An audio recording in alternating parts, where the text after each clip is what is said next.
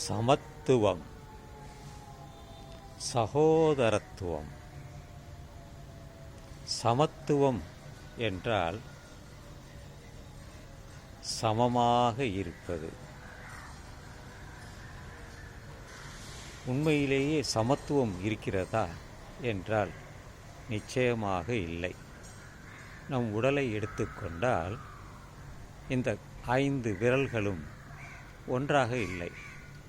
ஒன்று குட்டையாக இருக்கிறது, ஒன்று நெட்டையாக இருக்கிறது, ஒன்று தடிமனாக இருக்கிறது, ஒன்று மெல்லிசாக இருக்கிறது.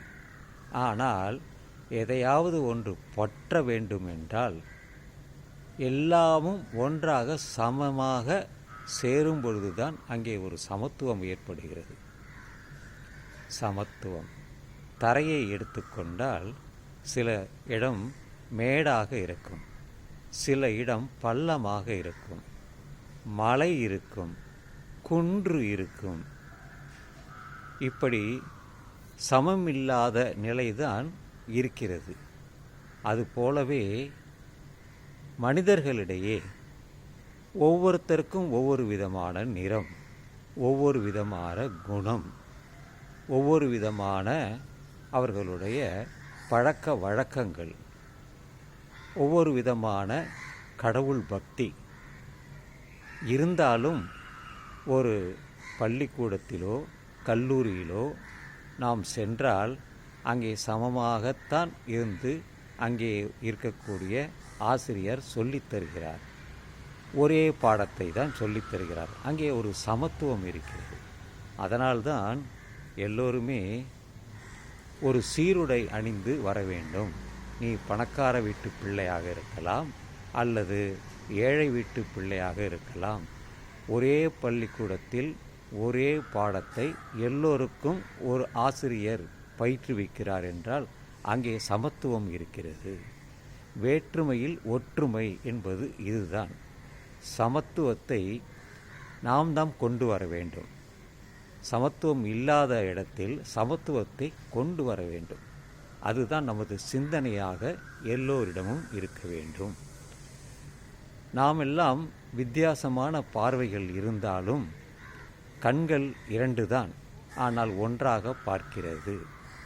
நாம் பற்கள் 32 பற்கள் இருக்கிறது, ஆனால் 32 பற்களும் எதையாவது ஒன்றை அதை கடிக்கிறதா என்றால் இல்லை.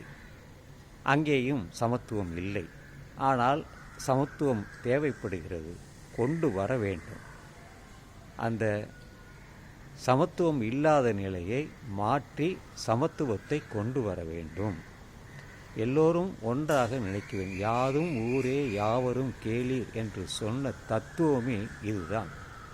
எதுவும் எல்லாமே நம்மை போன்றவர்கள் தான், மனிதர்கள் தான். அவர்கள் ஆப்பிரிக்காவில் பிறந்தாலும் சரி, அல்லது அமெரிக்காவில் வாழ்ந்தாலும் சரி, அல்லது தமிழ்நாட்டில் வாழ்ந்தாலும் சரி, எல்லோரும் மனிதர்களே தான். நிறத்தில் வேறுபடலாம், குணத்தில் வேறுபடலாம், அவர்களுடைய மொழியில் வேறுபடலாம். ஆனால் நான் அமெரிக்கா சென்றால் அங்கே ஆங்கிலம்தான் பேசுவேன். தமிழ் தெரிந்தாலும் ஆங்கிலம்தான் பேசுவேன். நான் ஒரு ஆப்பிரிக்கா நாட்டில் போன்றால் அங்கேயும் ஆங்கிலம்தான். நான் இங்கே இந்தியாவிலே ஏதாவது ஒரு இடத்தில் போனால் அங்கே உள்ள மொழி எனக்கு தெரியாது, ஆனால் அங்கே ஆங்கிலம் பேசுவேன். இதுவே டெல்லி மாநகரத்தில் சென்றால் எனக்கு ஹிந்தி பேச தெரியும், ஹிந்தியை புரிந்து கொள்ள முடியும், படிக்க முடியும். அங்கேயும் சமத்துவத்தை இருந்தால்தான் அவர்களுடன் நான் பேசி பழகி எனக்கு வேண்டிய பொருளை வாங்கி கொள்ள முடியும்.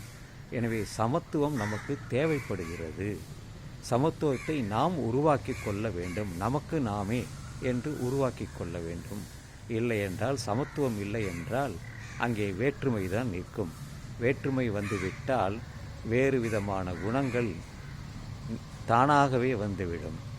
அதனால் நமக்கு பல பிரச்சனைகளை உண்டாக்கும். எனவே நாம் சமத்துவத்தை தேடுவோம், சமத்துவத்தை சொல்லுவோம், சமத்துவத்தை பயிற்றுவிப்போம், சமத்துவத்தை பாராட்டுவோம் என்று சொல்லி இந்த காலை பதிவை நான் நிறைவு செய்கிறேன். நம் வாழ்க்கை சமமாக எடுத்து செல்ல நாம் முயற்சிப்போம் என்று சொல்லி இந்த காலை பதிவை நான் நிறைவு செய்கிறேன். இந்த நாள் இனிய நாளாக அமைய உங்கள் எல்லோருக்கும் நல்வாழ்த்துக்கள் நண்பர்களே.